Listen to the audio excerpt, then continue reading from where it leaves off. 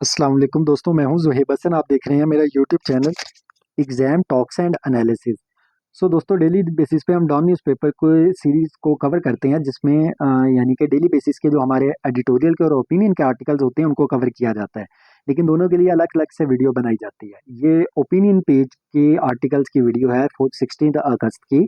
इसी तरह 16 अगस्त की एडिटोरियल पेज के भी आर्टिकल्स की मैंने वीडियो अपलोड कर दिया, वो भी आप मेरे चैनल पे जाके लाजमी सुनिएगा ताकि आपके कंप्लीट करंट अफेयर तैयार हो सके। तो दोस्तों, चलते हैं अपने पहले आर्टिकल पे, जो कि हमारा इटर्नल वेट फॉर गोडोक के नाम से है। दोस्तों, इस आर्टिकल के अंदर राइटर ये बताता है कि पाकिस्तान जो है वो सिर्फ इस वजह से गरीब नहीं है कि हमारे पास पैसे नहीं है या स्किल नहीं है, बल्कि हमारे गरीब होने की सबसे बड़ी वजह ये है कि जिस सिस्टम के जरिए हमने पैसा कमाना है, जिस सिस्टम के जरिए हमने लोगों को स्किल देने हैं, वो सिस्टम वीक है पाकिस्तान के अंदर। सिस्टम सिर्फ एलीट क्लास के लिए, वो गरीबों के लिए तो है ही नहीं। सिस्टम ही ऐसा है कि अमीर अमीर से अमीरतर हो जाएगा, गरीब गरीब से गरीबतर हो जाएगा। आप देखें, अमीर को करप्शन करने के चांसेस ज्यादा मिलेंगे, वो अमीर हो जाएगा। गरीब के पास रिसोर्सेज नहीं है, वो बेचारा गरीब ही रहेगा। सो इस तरह का एक सिस्टम बन चुका है पाकिस्तान के अंदर।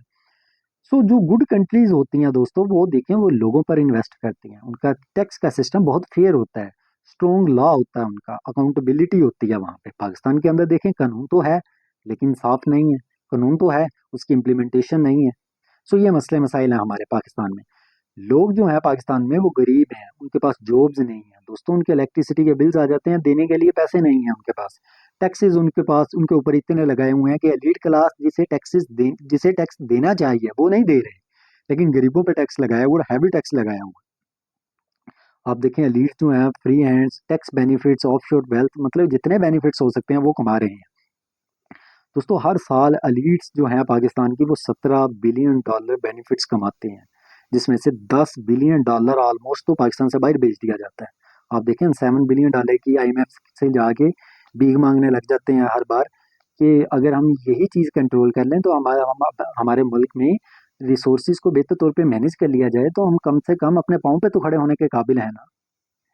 तो आप देखें, इंडिपेंडेंट पावर कंपनीज जो हैं वो कितना प्रॉफिट कमाती हैं, किस वजह से इनसे एग्रीमेंट्स ऐसे किए हुए हैं कि आप इलेक्ट्रिसिटी बना के दे दें हमें, महंगे महंगे हम उन्हें उनसे इलेक्ट्रिसिटी महंगी है परचेज करते हैं, जिसकी वजह से बोझ किसे पड़ता है, वो तो आवाम पे पड़ता है।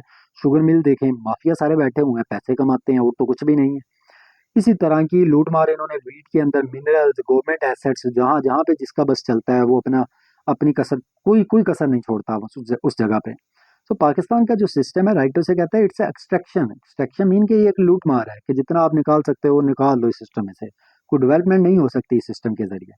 राइटर कहता है जब तक आप सिस्टम को नहीं कर सकते, आपके मुल्क के अंदर बेशक गोल्ड हो, बेशक कॉपर हो, बेशक सी पैक का प्रोजेक्ट ही क्यों ना हो, आप पाकिस्तान को सेव नहीं कर सकते। क्योंकि अब ये प्रोजेक्ट आएंगे, ये प्रोजेक्ट सारे करप्शन की नजर हो जाएंगे। तो आपको सिस्टम को इम्प्रूव करने की जरूरत है, ये राइटर का कहना है दोस्तों। दोस्तों, मेरी वीडियो अगर आपको पसंद आती है तो आपने सब्सक्राइब लाजमी करना है। अब चलते हैं अपने दूसरे आर्टिकल पे, जो कि हमारा लैंग्वेज एंड लर्निंग के नाम से। दोस्तों, एक बात और आपको बताता चलूं कि हम मुकाबले के इम्तिहान की तैयारी के लिए ऑनलाइन तैयारी भी करवाते हैं, ऑनलाइन जूम ऐप के थ्रू। अगर कोई बच्चा तैयारी करना चाहता है तो वो मुझसे मेरे चैनल के थ्रू रब्ता कर सकता है या कमेंट कर सकता है।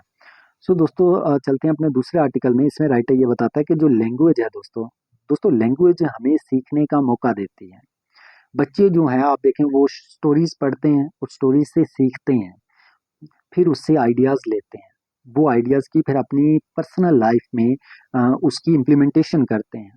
सो लर्निंग जो है दोस्तों, ये हमें आइडियाज देती है, ये सिर्फ एक फन का नाम नहीं है। आप देखें पाकिस्तान के अंदर अब क्या मसला है, पाकिस्तान के अंदर जो सब्जेक्ट्स हैं, हमारे सारी स्टडी जो है वो इंग्लिश में है।